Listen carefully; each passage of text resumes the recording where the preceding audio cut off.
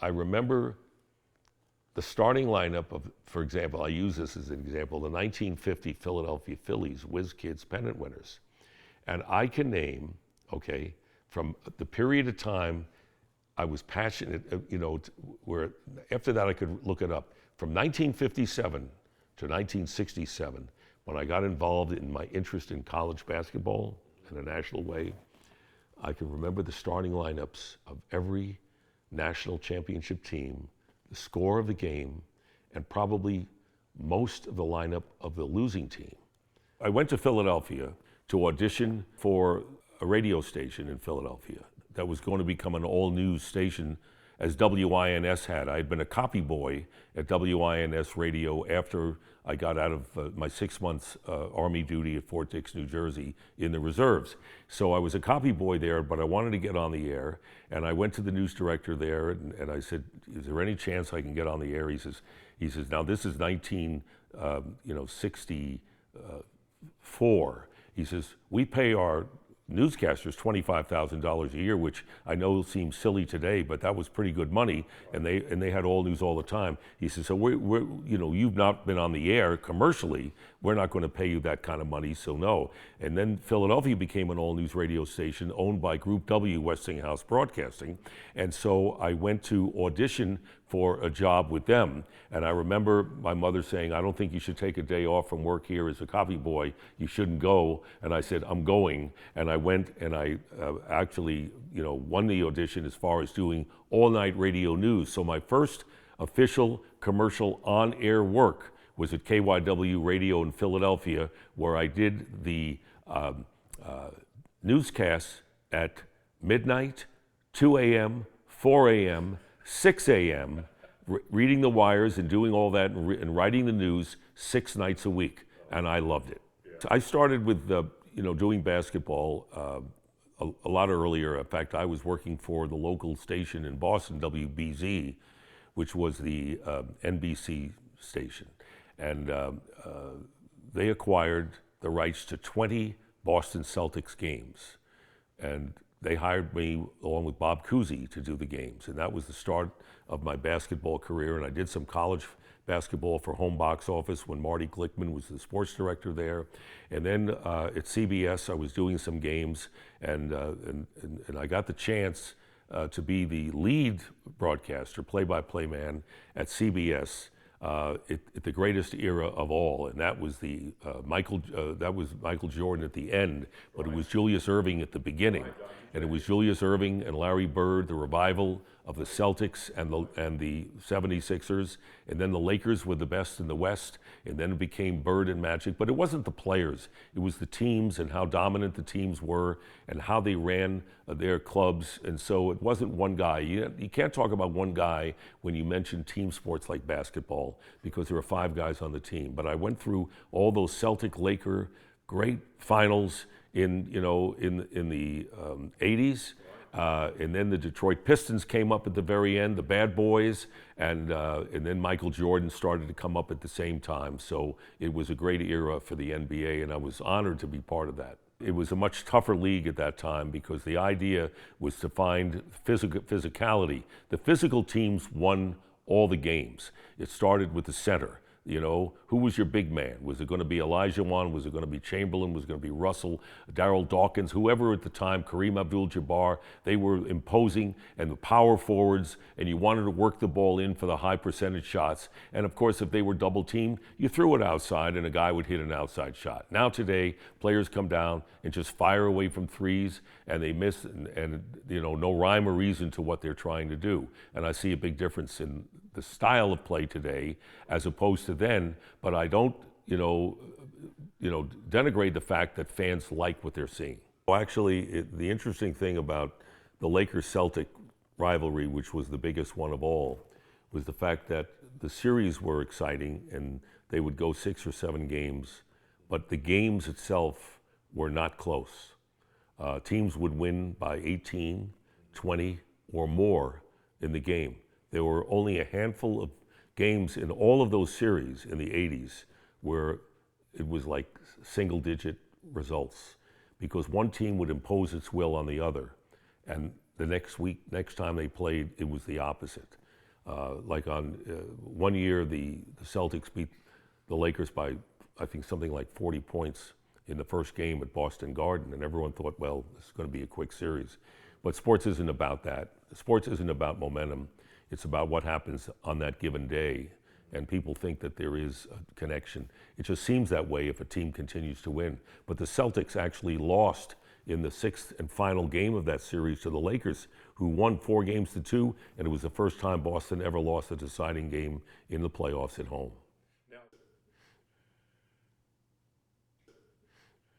At the time, a pivotal game, it was Game 6 of the 1975 World Series, and it was interesting because the Reds, who seemed to be the better team, was the big red machine at the time, you know, Rose and Bench and Joe Morgan and that crew. And the Red Sox, you know, had a great team. They surprisingly won, you know, the pennant in the American League. And they had Jim Rice and Fred Lynn, who were both rookies. They called them the Gold Dust Twins, and Carl Yastrzemski was the great veteran. And that was a pretty good team, a very good team, I should say. But the Reds were leading 3-2, and it was Game 6. But because of a nor'easter into Boston, the game was postponed, the sixth game, for several days. It was rained out. And it was like, really got to be, let's end this World Series already, because this weather has really elongated this series. So they finally had good weather, and they played Game 6 at night, and it was a classic game.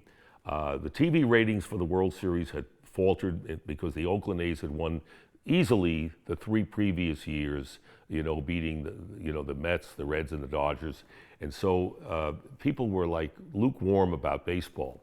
And then in the sixth game, the Red Sox took a 3-0 lead. The Reds tied it up 3-3. Reds took a 6-3 lead, and then Bernie Carbo hit a pinch home run in the 8th inning to tie the game 6-6. And so you could feel the excitement in the stadium. Fenway Park, could the Red Sox hang on? And then in the 10th inning, it went to extra innings, and then they decided, NBC, that I started the first 4.5 innings because they wanted Joe Garagiola's voice to be on at the end if the Reds had won.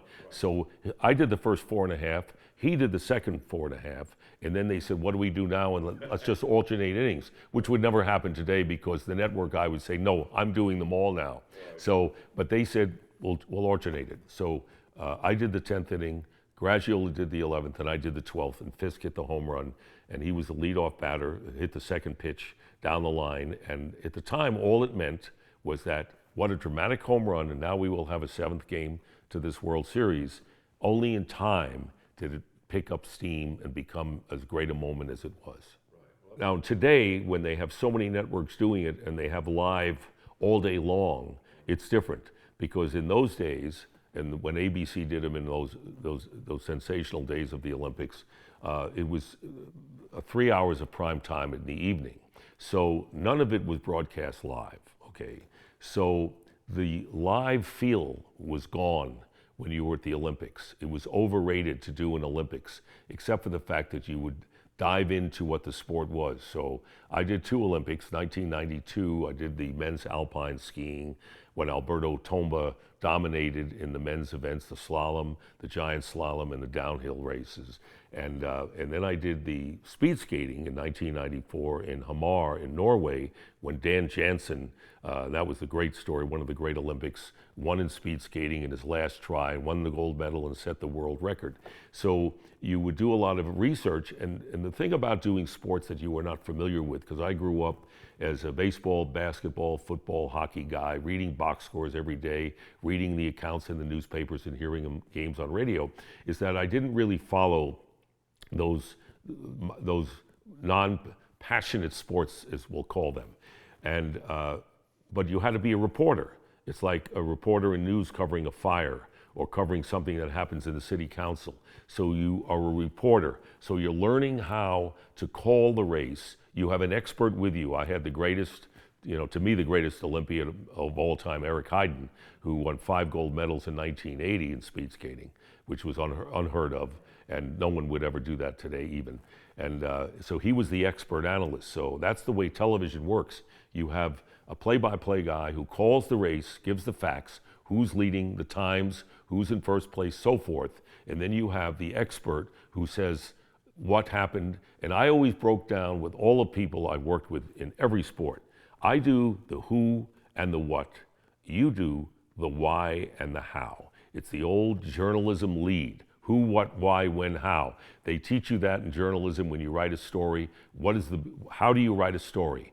Who, what, why, when, and how. So I do the who and the what because I'm a reporter. You do the why and the how. I can't do the why and the how because I haven't been down on the ice. I haven't been down on the field.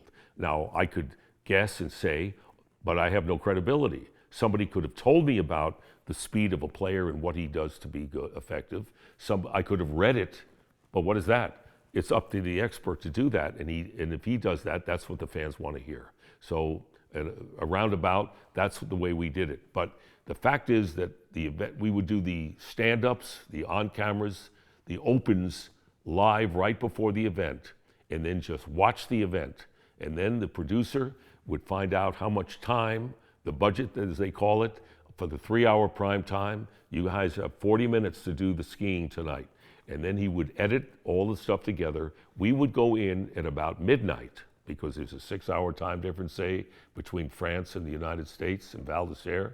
And we would go into a little studio, at midnight and be in a room, and they close the door and they would show us, and we would call the play-by-play, and actually you'd have to be an actor, All right, first down the hill is the Soviet Union, and you have to act like, and you're looking at tape, and if something goes wrong, cut, all right, let's pick it up here. And that's what you do. You had a lot of pickups, and that's what it was. So if you're asking me about doing Olympics versus doing live events, no comparison. At my age, for my mind to be, I'm blessed to be as quick as I am because I'm used to reacting to things that are happening on the field for 50 years, or well, maybe 40 years when you count just doing NFL games, and being able to be alert to what happens. It was always a blank screen. You had no idea what was going to happen. That was what was great about doing games, and it didn't matter what sport it was.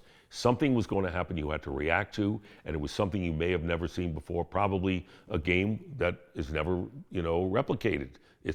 There are different elements to it. You have to react to it and do it, and that keeps you on your toes.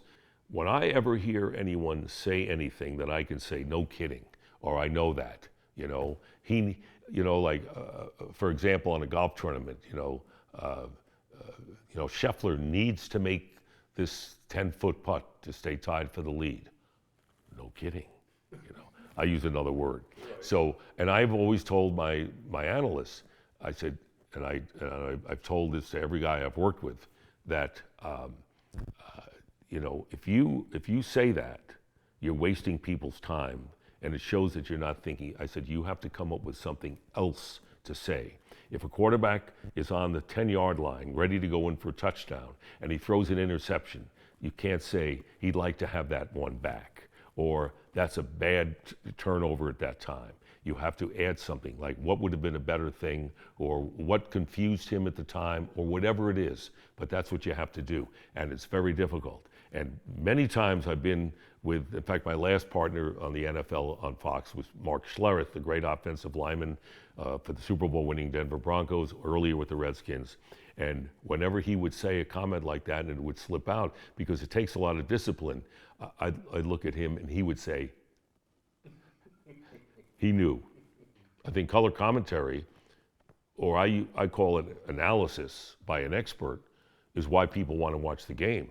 I mean, if you just had a play-by-play guy, I will say with the exception would be on radio for certain sports, when, in baseball, I grew up listening to the greatest baseball announcers, Russ Hodges, Ernie Harwell, Vin Scully, Red Barber, and for them to describe the action, I didn't need, there was no time for expert, because they're painting the word pictures that you're hearing in your ear. You have no time for that because you don't have a picture on the field.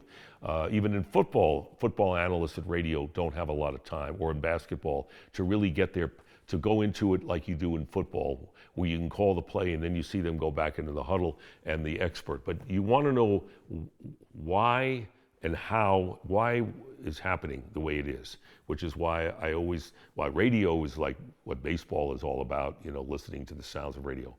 You need, in television, you have to have the expert. It used to be that you would report on what's going on, and you had people who were analysts who gave opinions or opposite opinions in the newspaper or the op-ed section, if people still read papers, either digital or the actual newspaper. And today, everything is just an opinion by somebody, and I think most of what I hear and see are opinions that are not based on expertise or knowledge. They're based on something getting out sensational. So if you want to spread a rumor, I could spread any kind of rumor, and I could say, what about that? And people will spend the whole day discussing, what Dick Stockton said about something, about a person or about a player, and he may be totally wrong and have no idea. He just puts it out. I think we have too much of that in the media. I don't regard the media with the same way I did, years ago, and it has nothing to do with being older. I just think it's cheapened today. No network play-by-play announcer roots for a team. You're trying to get it right. You're trying to get the facts right. You want to call it right. You're not a fan sitting in the stands eating popcorn saying, you don't think that way. It's not the way you think.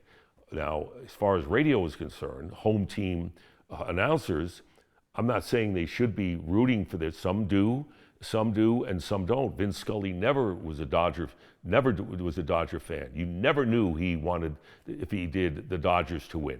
Never. He broadcast and he would tell the story straight, and the fans accepted him for that. But there are other places where it's been the other way around, and they've loved that. I remember Johnny Most was a Boston Celtics radio announcer. Red Auerbach hired him, and he would complain about every call called against Boston and would say that there should have been a foul on the other team. That's what Red wanted, and that's what the Boston fans became accustomed to and also liked, because they were Celtic fans. But network guys aren't that way. So I think you see more of that in those panel shows, in those discussions, the shows that are on the networks or the cable shows of guys giving opinions. The Stephen A. Smiths of the world, the Colin Cowherds, they have opinions on things, So you can listen and you can say, I'm interested in his opinion. And a lot of people are. They get decent ratings, I think. I'm not sure. I actually don't care what anyone else thinks about things. I don't care their view about how a team's draft went, how they were graded. I will say, I'll wait till they play, and then I'll see how they play, and that's what I'll do. But I'm old-fashioned. I love boxing, and I did only a couple of years at CBS, but I loved watching boxing growing up because it was just dramatic. I mean, you want to talk about having butterflies when you saw a fight between two fighters. It was great. The Gillette Cavalcade of Sports with Don Dunphy used to be what I would watch on Friday nights when I was a kid, long before anyone who's watching this would ever say. But I loved boxing, and I got to know Muhammad Ali very well because I got to know his attorney when he was ousted, when his crown was taken away from him for 36 months. And he would come on live with me on my local sportscasts in Pittsburgh and Boston.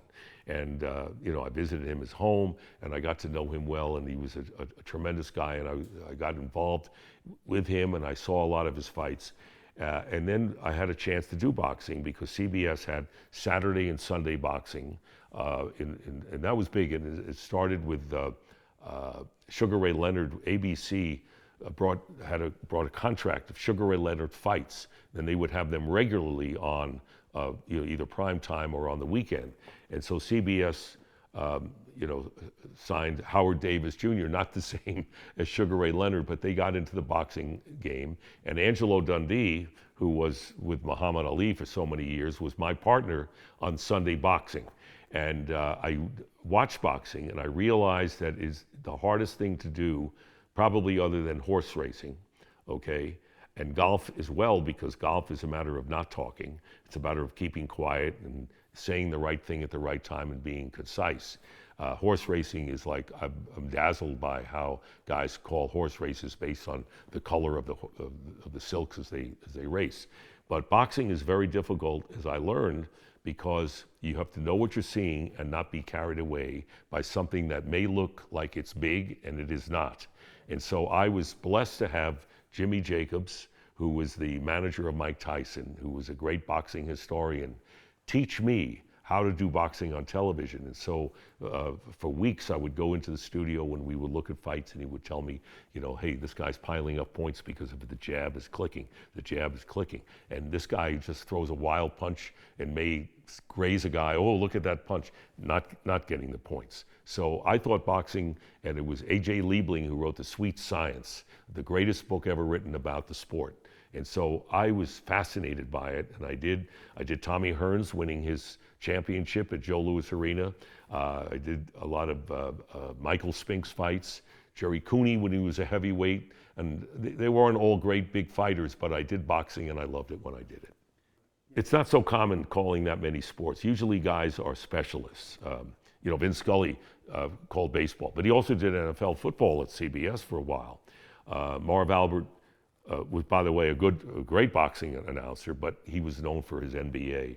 But because of the way of which my assignments were in what I was in my career, I had the opportunity to call other sports and be versatile. And so I remember, it's interesting, I never look upon myself and say, what kind of a broadcaster was I? Was I big? Was I prominent? That never entered into it. But I remember in 1983, there was a sports writer for the Washington Post named Bill Taaffe, T-A-A-F-E. And he was the TV radio writer, and he wrote a column about me in 1983, which is only the second year I was doing the NBA Finals. And he said, Dick Stockton is not the best in any sport, but like the decathlon, if you add up the points in all of them, he'd be a contender. And I was really enraged over that. And I'm saying, wait a second, I don't like that. For some reason it didn't hit me right. And this was 1983, when my career was over, and I looked at it, he was totally right. Baseball is radically different in my view. I know they have the clock, so it's much faster. Okay, they have solved that problem. But games before the clock, when I was watching them, used to be 2 hours and 5 minutes long, and it would be a 3-2 pitcher's duel or whatever it was. So players didn't step out of the batter's box all the time. So they speeded the game up. But the game has changed, because now it's all about home run or strikeout. And there are more strikeouts than hits in just about every game that they're played. And the batting averages are putrid. They're low. They're in the 200s. They don't have hitters because they're not doing what baseball is all about. In fact, recently I was on a podcast hosted by Ron Say, who was the great third baseman of the Dodgers, with that great infield of Say, Bill Russell, Davey Lopes, and Steve Garvey, and then went to the Cubs. And he asked me what I thought about baseball. I said, they don't move runners along anymore. They don't know how to bunt, and they don't know bunting situations. They're all, and he joked, he says, yeah, I didn't know what my launch angle was when I played, because hitters are always swinging for home runs. And so what happened was, they don't even know the count anymore. It could be 3 balls and no strikes, and they'll swing at any kind of pitch, or no balls and 2 strikes and just swing at a bad pitch. They want a home run, okay? And then if they hit a ball deep to the outfield, they don't hustle. They don't hustle out of the batter's box anymore. They admire the shot. Now, is it going to be gone? And they do, and they prance around the bases. But what if the ball hits the wall and goes off? They could be on second base, but they're only on first because they were busy staying in the batter's box. So that's the offensive side of baseball, which I think is totally lost. Worse is the pitching, okay? Because when I grew up, they trained pitchers to go 300 innings a season. They pit every 4th day, not every 5th day to start. They would go 9 innings. They would throw over 100 pitches. Nobody had arm trouble. Nobody had Tommy John surgery.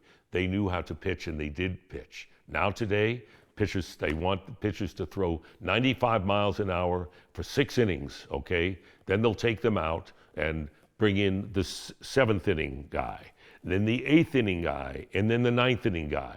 And if you're leading and the 7th inning guy retires the side in order and throws like 9 pitches, they want another guy.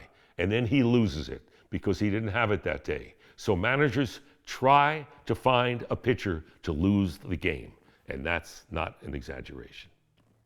The free agency exists in baseball and football, and they say, how can they get them? Owners, if the owners can pay, they can afford it, they buy it. It doesn't matter whether the guy's worth it or not, the owner thinks it's worth it. The danger today in free agency is in college sports. College sports is in definite trouble because they have two aspects of it. One is the NIL, which now they have a name, image, likeness, where there are players who are getting $5 million a year to play college football. And so it's all about the money and also the transfer portal. So you can transfer as many times as you want, and you can transfer again and again and again, and you can be tampered with, which goes on as well. So if there is a player who's not starting for Alabama, Mississippi State can say, we'll pay you $3 million, and you come over to us next year. And he knows it in midseason, and he does, and that's the danger. It's all about money. And I think that's the reason why Nick Saban retired as the head football coach of Alabama, because a player came up to him and said, how much money can I make? And when am I going to start? And if I started, I'd make more money. Otherwise, I'll leave.